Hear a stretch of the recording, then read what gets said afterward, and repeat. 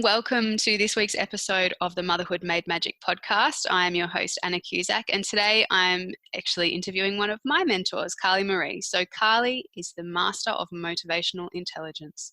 She's a Wall Street Journal best-selling author, online educator, renegade researcher, sought-after speaker, and creator of the binge-worthy podcast, Go Hack Yourself. With her bold teachings and revolutionary frameworks, she empowers women all over the world to live differently. She has a deep understanding of how women work, what motivates us, what drives us, and what holds us back. And since coming out last year with her groundbreaking book and Netflix-style documentary, she's holding nothing back. This woman is the real deal. She's here to change everything. Hey, Carlie. Hello. Oh, it's always so nice when someone reads that out. It's like, oh yeah, all those cool things I'm doing. Thank you for reminding me. I'm very glad to be here. Thank you. It all sounds so lovely when you read it out all at once like that. Now, did I get that right? Is the book and the documentary actually only last year, or is that ancient history? Because it feels like you've been around forever. That might be me needing to update my bio a little bit now that we're in 2021. No, that was at the end of 2019 that I published the book, and at the start of 2020 that I published the doco. So we're talking about a year ago, a year and a bit. Yeah, so not that long really. So the writing is the first direction that I wanted to take this conversation, because part of what you have been doing recently is mentoring me through my own book writing process. And I wanted to really ask you, how has your passion for writing and way with words developed into becoming, your work in the world at the same time or alongside the fact that you have two still quite young children? How has this worked out over the last 7 years since you became a mum? Well, as it so often goes, it always comes back to what it was always really about. As cryptic as that sounds, is that it was always really about writing. I started off as a blogger, and I had a little side business as a resume writer. And, I have big plans to go and travel the world and be a speaker and all of that. But what it continues to come back to is writing, because it's my life's work. And generally our genius feels like not that much of a big deal to us because it's something that comes quite naturally. So it took me some time. In fact, I was 30 before I even figured out I was any good at writing at all. I remember I was okay at it at school, but because it was all sort of essays and things I didn't really want to be writing about, I finished school going, oh, well, thank God that's over. I don't have to do that anymore. Then I found myself in office jobs writing policies and procedures and things like that, and pitches for stuff, and realizing, man, like all this work comes to me because I'm good at it and I don't hate doing it. But when I realized I actually had the option to put words together about things I was interested in, like, man, a whole nother world opened up, and I realized the power of words. And now in the day and age of social media, there's such a hunger for powerful writing, for copy, for content. And for all the different blog sites and all the different websites, everybody needs words for things. And if you're good at putting words together to portray meaning, that's a really powerful and, in fact, valuable skill. And I think a lot of people who have that skill don't actually really realize that they have it until they put that talent together with a passion. It's like this: you put two powerful ingredients together and create something else entirely. It's like a science experiment. That's what it felt like when my talent met my passion. And I started writing about what I was fascinated about. And I see, having had the honor of seeing a lot of your book, I know not a lot of people have yet, but you can see that's exactly what's happened for you, is that you're a talented writer, but you also have extraordinary passion. And those two things, it's remarkable what happens when they come together. And I've managed to turn it into a career. I do other things as well, but ultimately it all comes down to me putting words together in a way that makes somebody feel something.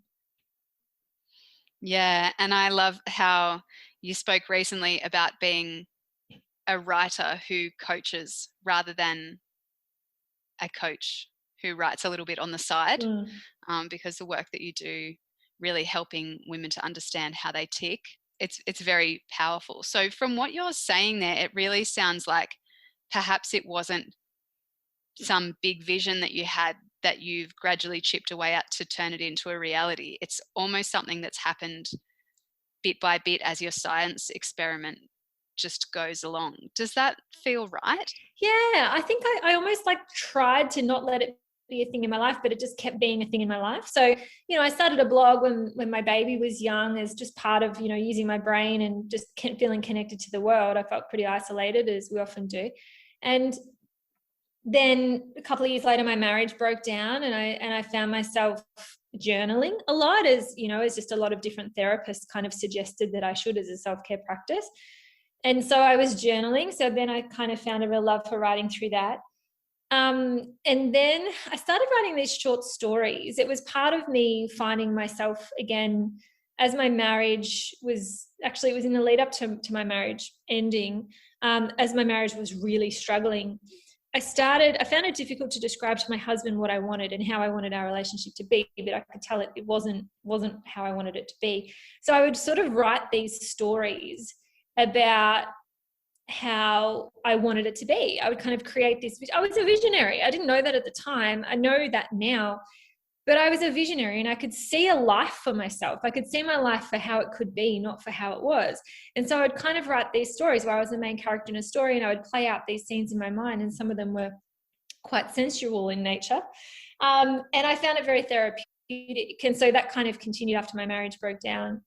And I just found the power of words when you can do it together in a really meaningful way. So it just kept coming. And then I started, my resume business got started in there, and so it just kept coming back to that. And I think a lot of the time we sort of try and escape our life's work in a way, and we try and do everything else to distract ourselves from doing our life's work, when ultimately we're like, I don't know what I'm supposed to do, I don't know what I'm here to do. And it was there all along. Like, it just keeps coming back to that thing that it always was. And I've just seen that happen so many times with so many people, that they try and escape it, and then they end up back there because they didn't think it was enough. They didn't think it was big enough.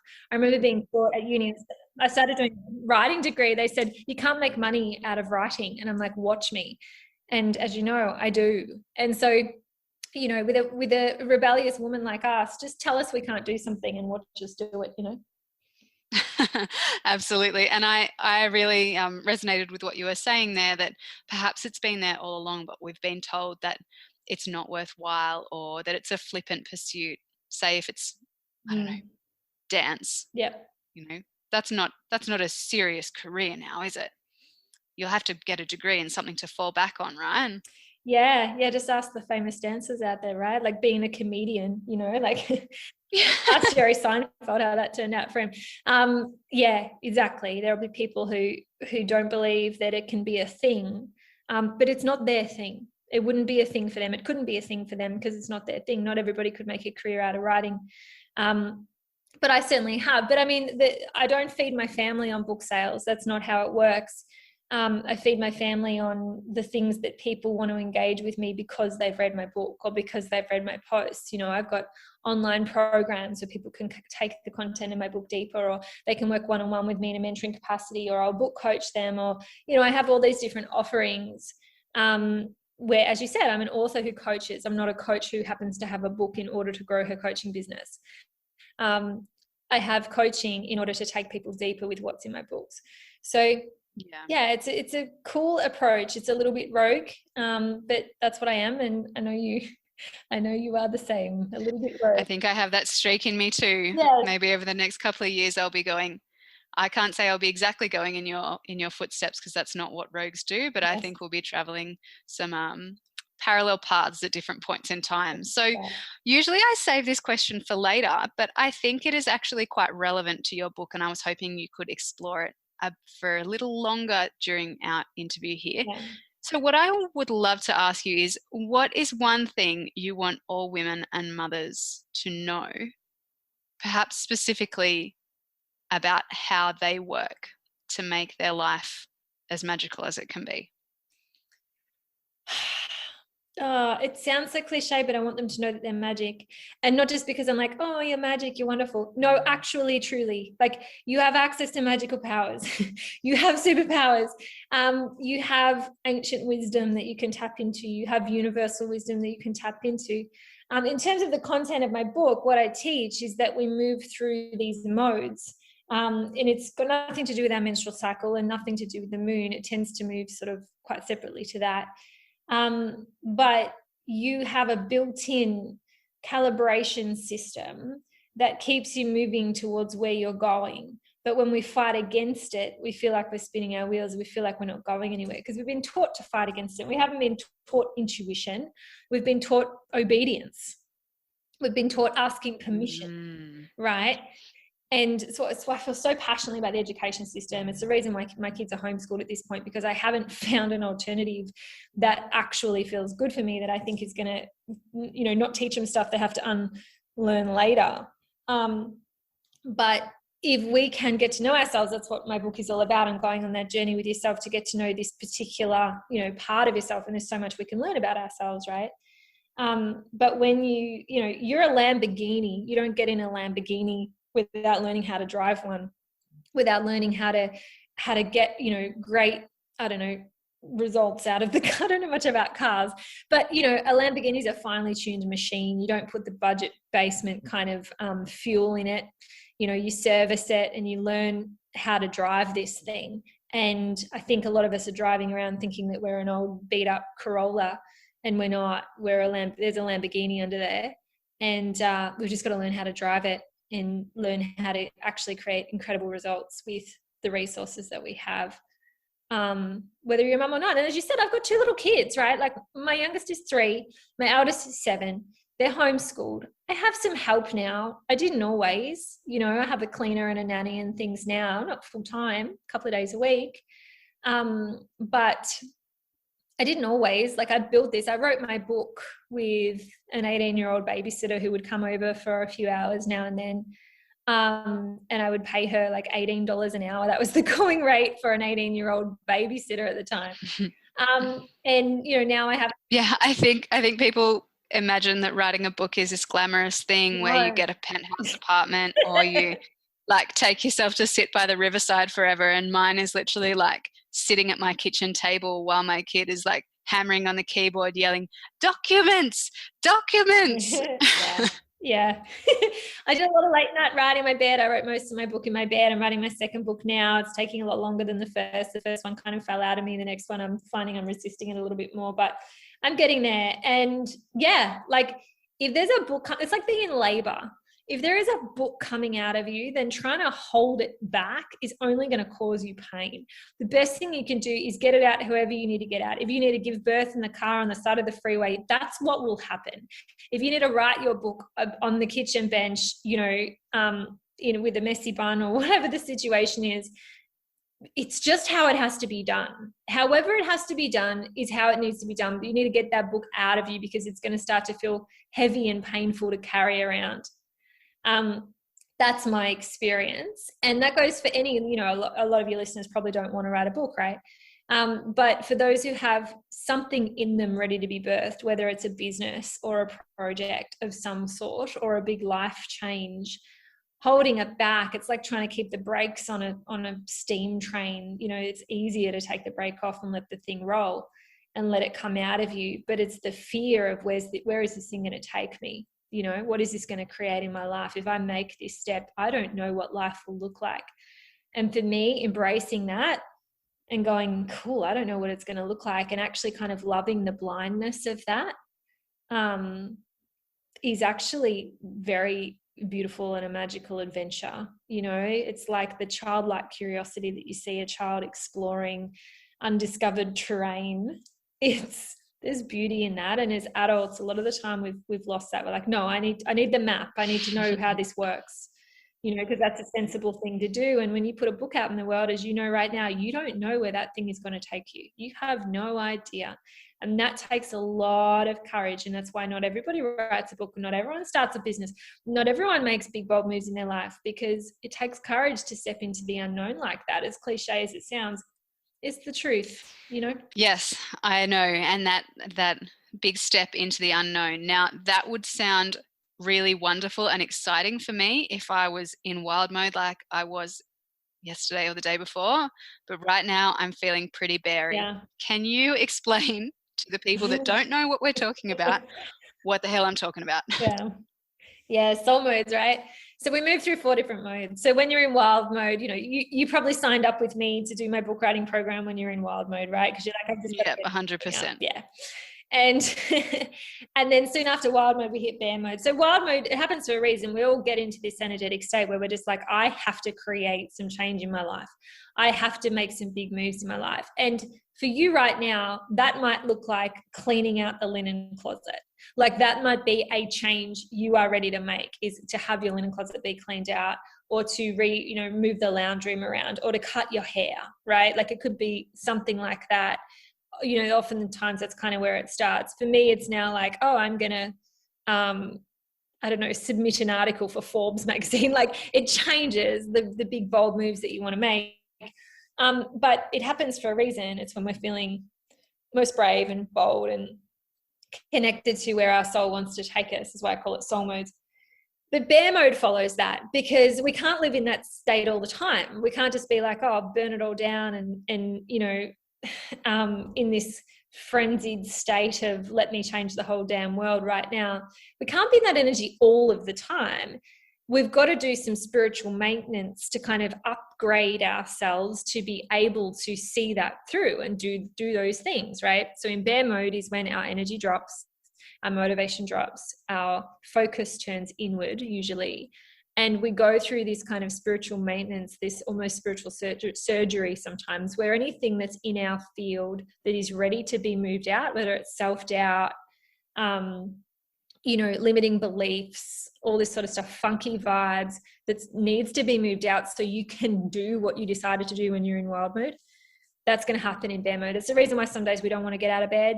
We don't want to really deal with people. We just want to chill. We just want stillness. We just want quiet. We don't want any kids touching us, because we've got some important work to do on the inside, But of course, we don't stay there forever either. We then shift once we've filled that bear cup. It's 4 cups to fill, right? Then we shift into super mode, and super mode is about taking the action on the thing. You can't be like, I'm going to change the world, I'm going to write a book, with actually sitting down and doing the outline for the book and editing the book and doing the actual things that need to be done. So that's super mode, when we actually, you find yourself writing lists, right? And I've got a to-do list. I'm going to do this and this, and I'm going to have a routine. I'm going to write at 5 a.m. every day, and which of course doesn't happen, but we decide it's going to, because we're in super mode. And then after super mode comes sparkle mode, and sparkle mode is often, you might have found yourself having moments of like, why am I doing this? I miss my family. I just want to have more time with my family. That's what really matters. Like sparkle mode is about coming back to the present moment and connection, and coming back into that beautiful flowing feminine energy that courses through us, that we're not always connected to and not always in touch with, because society does not congratulate us for that part of ourselves. It congratulates us for the organized, practical, logical masculine that we all have as well. But sparkle mode takes us back to our feminine, and then we're back around to wild again. And I know for me, I go through all 4 modes in a day usually, but always in that order. You might spend 2 days in each mode. Different people move at different pace, and it's always perfect. When I learnt about this concept from you, it felt like all my bear modes would go for a week. Yeah. And by being aware of what I actually needed at that point in time, it has helped me to shift to that next mode or energetic state so much more quickly. And this, I think this bear mode is yesterday and today, and that's sort of the longest that it's been for ages, just because I am working through some things. And it is a pretty wild thing to go like, oh, I'm just going to write a book and talk about myself, and everybody else will want to read it. And then the next day you just go, what was I thinking? Like, why would I want to tell people about that part of my life that I'd rather sweep under the covers and pretend never happened? Yep. And then tomorrow I'll go, all right, I just need to finish this edit and it'll be done. It'll be great. And then I'll hold the book in my hands and I'll go, isn't this a beautiful little baby I've created? It's wonderful. And then I'll probably come up with some next harebrained idea, and we'll see where the wind takes us after that. Yeah, being wild-eyed. But yeah, sometimes it plays out with that cycle plays out with having to have my kitchen clean. Yep, exactly. And I think it's sometimes when it's difficult to fill those cups because our children are with us and have needs that don't necessarily come in reference to how we are feeling energetically, that we can feel a bit stuck in each place, I think. Yeah, absolutely. This is the thing, it can take a little bit longer to fill some of those cups sometimes. You know, if you need to fill your bear cup and you've got to wait till hubby gets home or a babysitter's available or kids go to sleep for you to be able to have that time, like, you know, if you've got all day to yourself, you might be able to get bear mode shifted in half a day, but otherwise it might linger on a little bit. You can only work with what you've got, right? And, you know, in terms of for the mothers, I have a list of different things that my kids can choose from for us to do depending upon which mode I'm in. So, you know, if I'm in sparkle mode and I'm like, okay, hey guys, choose something from the pink list. And the pink list might be like baking or dancing or going to the park. That's my sparkle mode list. But my bear mode list might be like, let's FaceTime Nana, or let's watch a movie, or let's snuggle up with a book, you know, so they still feel like they get to choose something to do that fills their cup of me, you know, their love cup, but that doesn't feel exhausting. You know, I don't feel like going and having an obstacle course outside when I'm in bear mode. And so we can, when we understand how this works, parenting can look and feel so much more nourishing for you as well as for the kids, because, you know, you can fill their cup while also filling yours. And it's knowledge is power, right? Like when we know this about ourselves, we can do something with it and everything can feel easier.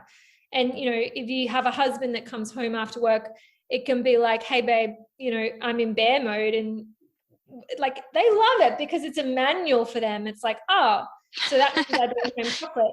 If she's in super mode or wild mode and you bring home chocolate, she's going to be like, I told you, I'm trying to look after myself. I don't want to be eating this stuff. But then in bear mode, I'm like, if he comes home without chocolate, I'm breaking up with him. You know, like it's, And then again, in sparkle mode, you're like, oh, baby, the best. This one's my favorite. Yeah, like in sparkle mode, I always want to make cocktails for some reason. I'm like, got a martini ready for him when he comes in the door. So he's like, okay, we're a sparkly one today, are we? So it's like, it's really helpful. It's basically like, oh, you want the manual to how your wife works? Here it is. So it's very powerful work.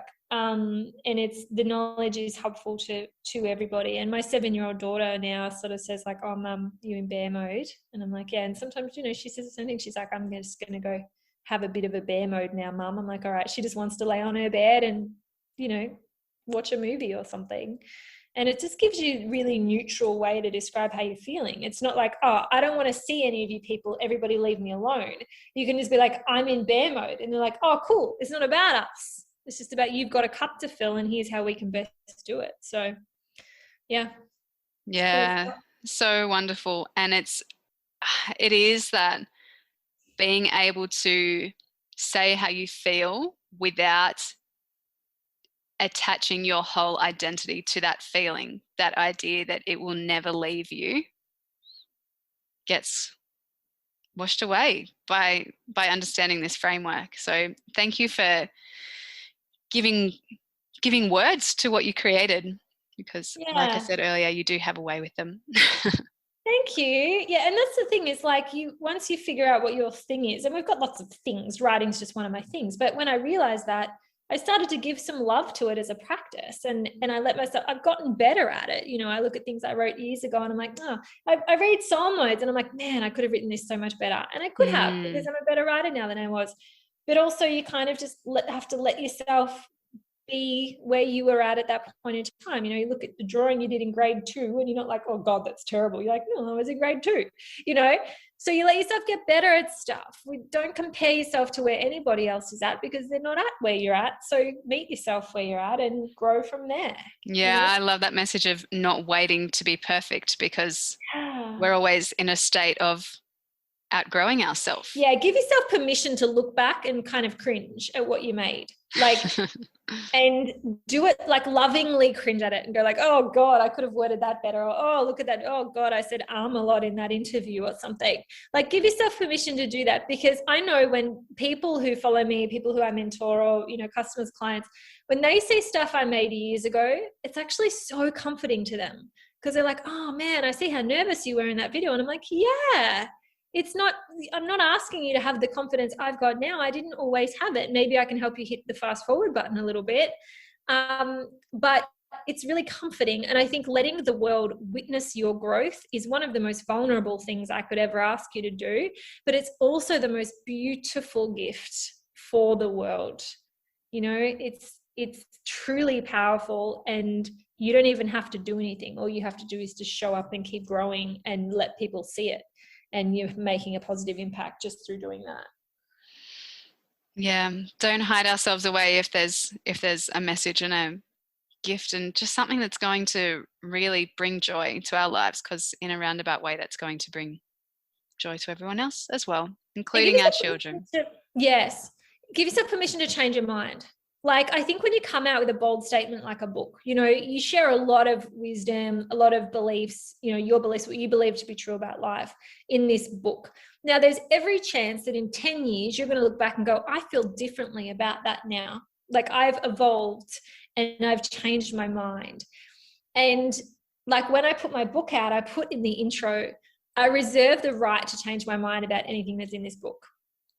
And I think that that's important, is that in order to come out and go, this is what I believe to be true, but also feeling like you don't know everything there is to know on that topic yet, you sort of feel like, what if someone tells me I'm wrong? Or what if I look back and I regret this?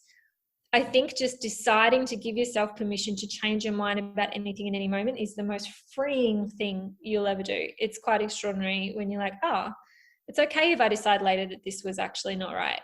Because all you're doing is sharing what you believe to be true with people, and our beliefs are evolving all the time.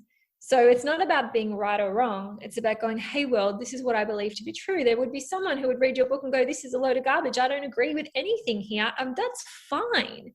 Because you're not going, this is the truth, this is it, everybody. You're going, here's what I believe to be true. And I think that hearing this is going to be helpful to some people.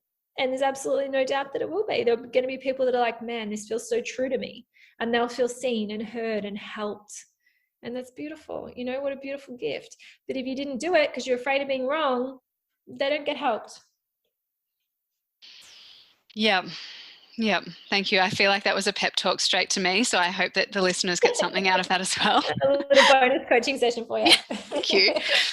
So I think what we're saying in a lot of these things is that connection to how we are feeling, connection to what we want, and connection to those who are important outside of us is also so important. And some of the really wonderful connections that I've made with other women who are also doing big work or big transformative things in their life, I've actually come to know them through you. So where is it that we can find you, follow along with what you do? What are you teaching at the moment that we can get our mitts on? So if you want to learn more about soul modes, obviously get your hands on the book. You'll be able to find it on Amazon, or if you're in Australia, you can order it straight from me on my website. But come find me on Instagram and Facebook. My podcast is called Go Hack Yourself. It's about to get a name change to Genius Unleashed. So if you can't find Go Hack Yourself, find Genius Unleashed. But yeah, come find me all over socials. I've got a little documentary film you can watch called The Soul Modes Movie, which is on YouTube and Instagram and Facebook. But if you have big work to do in the world and you want to hang out with incredible people like Anna, you can come find us inside of Formidable Women, which is my membership group for women in business or women who are making big, bold moves in the world. That's probably my favorite place on the internet. It's a pretty special place. So come find us there. carliemaree.com/formidable. You'll find that. Yeah, there's not many things that I like to pay for ahead of time, but that's certainly one that I have put my dollars into for the rest of the year. So that's where you can find both of us, really. Yeah, absolutely. And a whole lot of other incredible people who are doing really great work in the world who will only cheer you down, cheer you on, not tear you down. We don't do the opposite.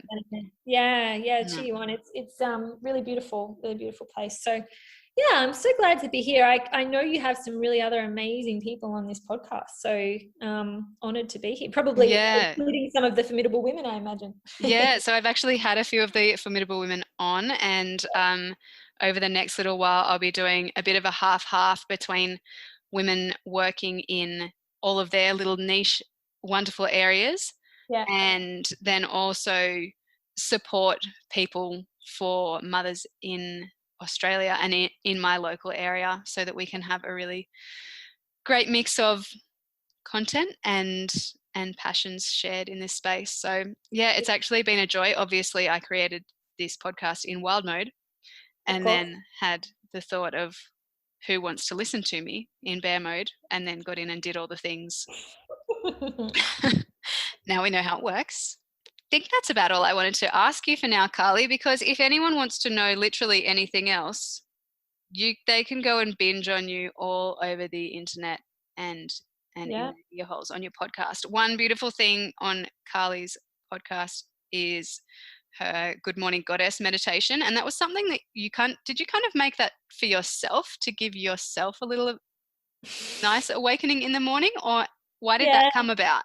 I did actually. Like, I kind of would just greet myself like that. It was kind of just happened in my head, and then I just wrote it down. Same with the bear mode meditation. I was just in a big bear mode, and I just wrote myself a beautiful little message in my journal, and then I just read it out aloud, and I was sort of just recording it for myself so I could listen to it and maybe send it to a friend or a client, and ended up putting it on my podcast. And I think it's the most listened to episode. Is the bear mode meditation. But the Good Morning Glorious Goddess, I love that. I think, you know, a lot of people, like, they don't want to have a morning routine. And I think with little kids, I'm not a huge fan of morning routines, but I am a huge fan of starting your day with intention and with a beautiful energy. And so that's kind of why I made it. It's like the 5-minute morning routine kind of thing that you just listen to as you sort of wake up and have a drink of water, and just be reminded that you are, like, you get to choose your energy. When we wake up and we reach for our phone, we just don't know, like, we're letting the internet set our energy for the day. And I just like being a lot more intentional about that. And I kind of get to decide what energy I'm in, and then I let the internet in at some point when I choose to, but I don't let the internet or social media or the news kind of set my energy for the day. I think that that's just a powerful way to do it. So I'm glad you get a kick out of that one. That's nice. Yeah, sometimes I do go looking for that one. Beautiful. Love it. All right, cool. Thanks, Carlie. We'll come and find you. I'll drop all those links into the show notes, and I'll speak with you again soon. See ya.